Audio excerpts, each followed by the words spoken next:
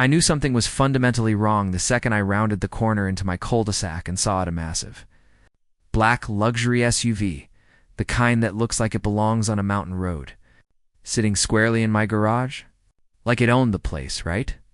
The worst part.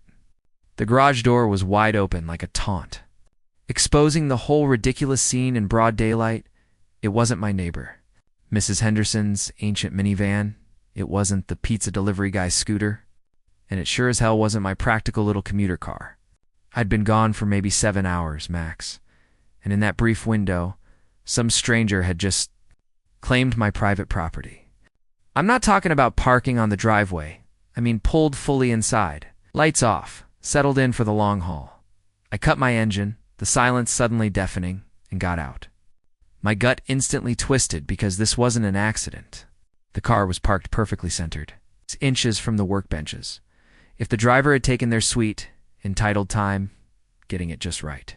The door was locked, but hanging on the side mirror was a personalized gym bag, and on the hood, a half-empty tumbler of what looked like a $12 green smoothie, still sweating condensation. They had literally just left. I marched up to my front door, checking the locks, no sign of forced entry. This was pure, unadulterated audacity. I didn't even bother knocking on my own door. I strode straight next door to the only house whose owner could possibly operate with this level of main character syndrome. And that's when I met her, Tiffany. She glided out of her front door before I could even raise my hand to knock, wearing the uniform, perfectly coiffed, platinum blonde bob, gigantic designer sunglasses, and an expression that screamed, "Don't you dare inconvenience me." She was the poster child for the self-appointed queen of our little HOA. The Crestwood Reserve? Excuse me, I started, trying to keep my voice low, polite, and reasonable, something I knew she would immediately take for weakness. I hate to bother you, but do you know whose black G-Wagon is currently parked in my garage? She didn't even flinch. She just took a slow, theatrical sip of her smoothie. Oh, that's mine. Silence. I stood there, blinking like an owl. I'm sorry, what? I parked there, she repeated, her tone dripping with boredom, as if I were asking a truly stupid question. I needed the space. I almost laughed. It was that absurd. I waited for the punchline, for her to tell me her driveway was blocked by a repair truck. But she just stared, her perfect eyebrows slightly raised, indicating I was the unreasonable one. You just parked in my garage? I clarified, needing to ensure I hadn't succumbed to some sudden bout of sunstroke. She scoffed, crossing her arms over her expensive activewear. It was open. What's the big deal, Ethan? You weren't using it? It was completely empty. The sheer, staggering entitlement of it all just washed over me. This wasn't a minor offense. This was a fundamental lack of respect for property rights. I took a deep, shaky breath, fighting the urge to tell her exactly what I thought of her hair. Tiffany, this is private property. It's trespassing. You can't just commandeer someone else's space because it's convenient for your oversized vehicle. She rolled her eyes, a grand gesture of martyrdom. Well, I was in a terrible hurry, and honestly, your driveway is far less sloped than mine.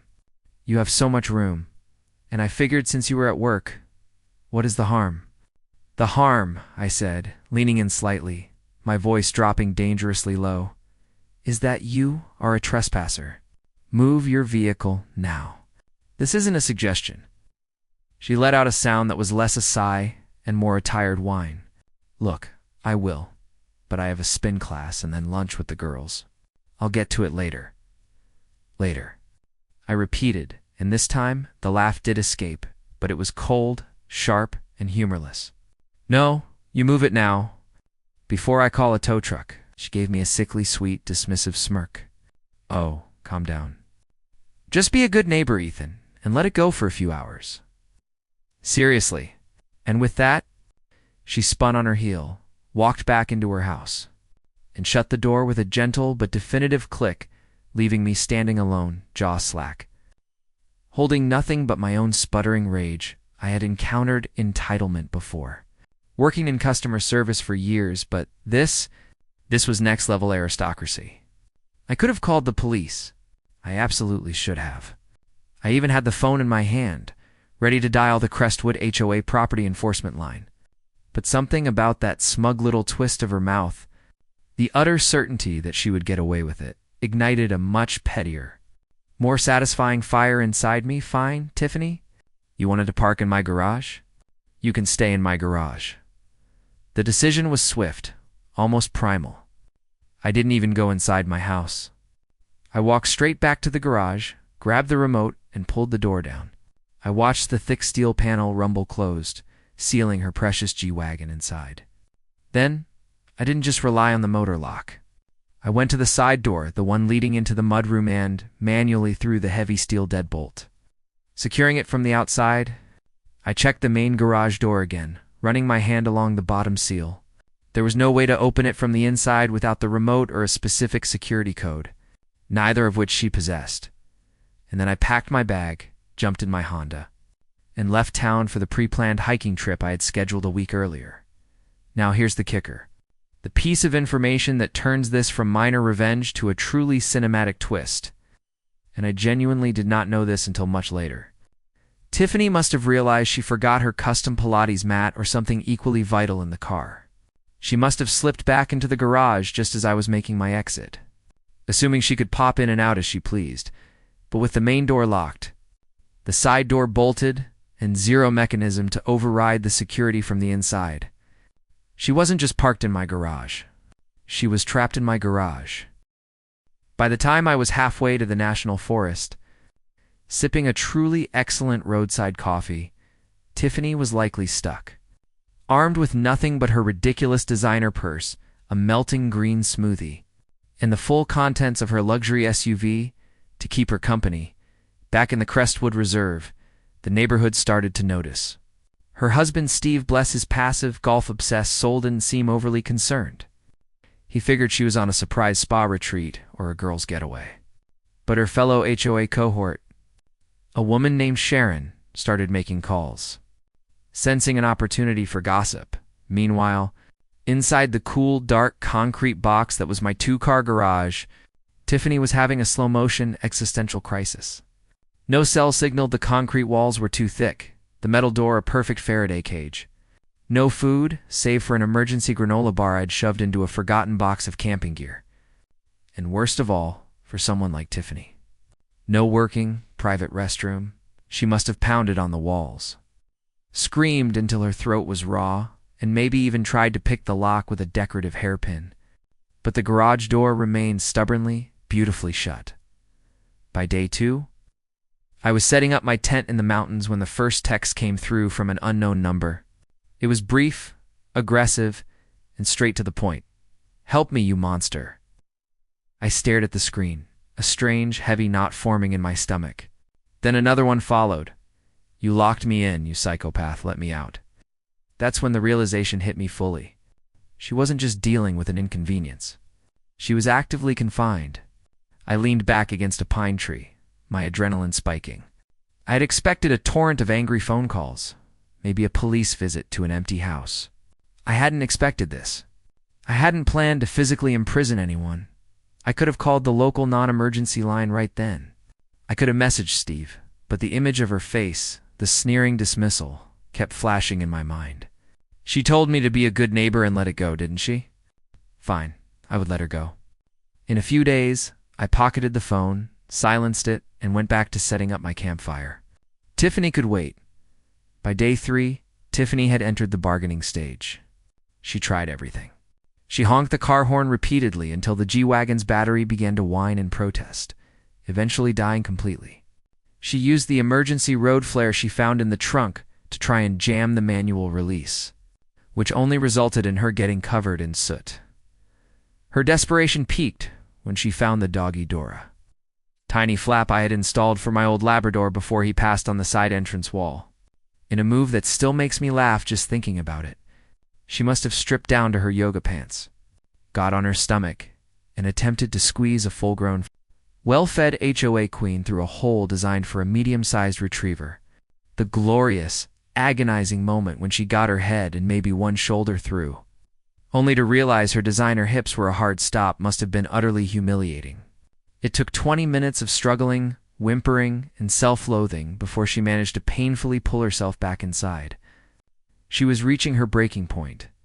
Meanwhile, Steve, the oblivious husband, finally started to feel a twinge of concern, mostly because Sharon was now constantly texting him about the missing G-Wagon. He walked over to my place, noticed the garage was locked, shrugged, and went back home. As the source recounted it, Steve figured if she was in real trouble, she would have called her lawyer. Back in the dark, stale air of the garage, Tiffany was losing it. She started having full conversations with a rusty, stained 3-pound sledgehammer I kept on the workbench for minor demolition projects. She named him Berkeley. "Berkeley," she'd whisper, her voice thin with dehydration and stress. "He is going to pay. He thinks this is funny, but I know the HOA rules. He's violating the good conduct clause. I will have him stripped of his privileges." Berkeley, of course, offered no comfort, just cold, hard metal. Then she remembered the high window. Near the ceiling, just a small, rectangular pane for ventilation.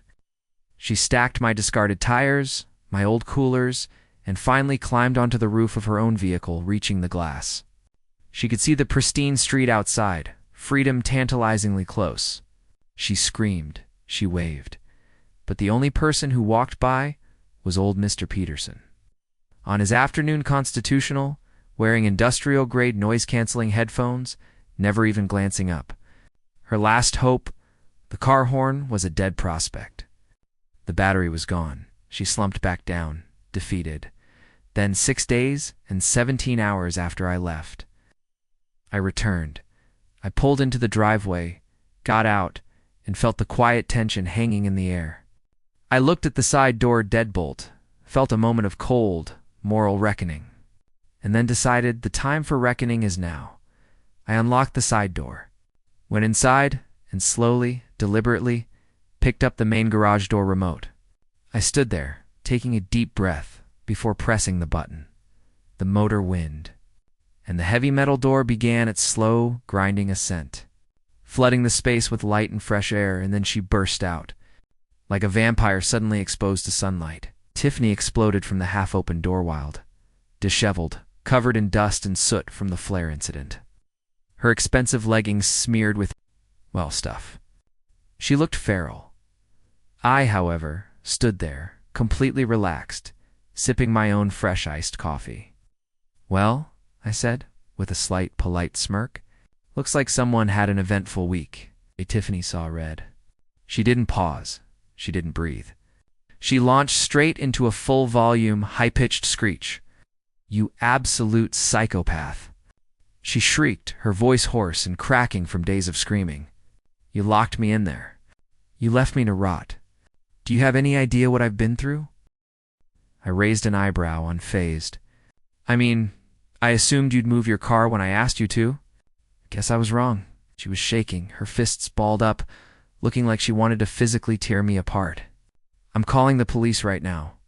You are going to jail for unlawful imprisonment? I hope you have a magnificent lawyer, Ethan, because your life is over." I took a slow, deliberate sip of my drink. "Go ahead, Tiffany." I pulled my phone out of my pocket and unlocked it. "Want me to dial for you? Or would you prefer to use mine, since your car battery, and likely your phone battery, is dead?" She froze. The sheer lack of panic, the complete composure, confused her. Why wasn't he sweating? Why wasn't he begging? Before she could form a cohesive sentence, I walked over to the mudroom door, reached down to a nearly invisible spot near the lock, and lifted a small, discreet black box off the wall, a high-end security camera. I tapped the screen. "See, the funny thing is," I continued, ignoring her gaping mouth, "I had these installed months ago, and they've been recording this entire time." Turned the screen toward her. The footage was pristine. It showed her G-Wagon pulling in. It showed her strutting up to me and giving me that dismissive wave-off when I told her to move. It showed her arrogant little turn and exit. And then, the beautiful, crowning moment, it showed her slipping back into the garage to retrieve her gym bag. Minutes before I closed the door and manually engaged the deadbolt. "So, legally speaking," I said, putting the phone back in my pocket, the satisfaction finally bubbling over into a genuine smile. You committed trespassing, refused to vacate after being issued a verbal warning, and then, entirely by your own negligence, you locked yourself in my property just before I left town. Her face was a magnificent, horrified canvas of realization. Every single one of her accusations had just been turned against her, captured in high definition. Call the cops, I encouraged again, enjoying the moment fully. I'd love to show them this. I'm sure they'd be incredibly interested in the details of a trespasser who accidentally became their own hostage. I think the legal term is self-detainment following a Class C misdemeanor. But hey, I'm not a lawyer. She sputtered, unable to regain control. You can't prove I was in there for a week. For all anyone knows, I was only in there a few hours. I sighed, pulling the phone out one last time. You mean aside from the frantic, desperate text messages you sent my burner phone?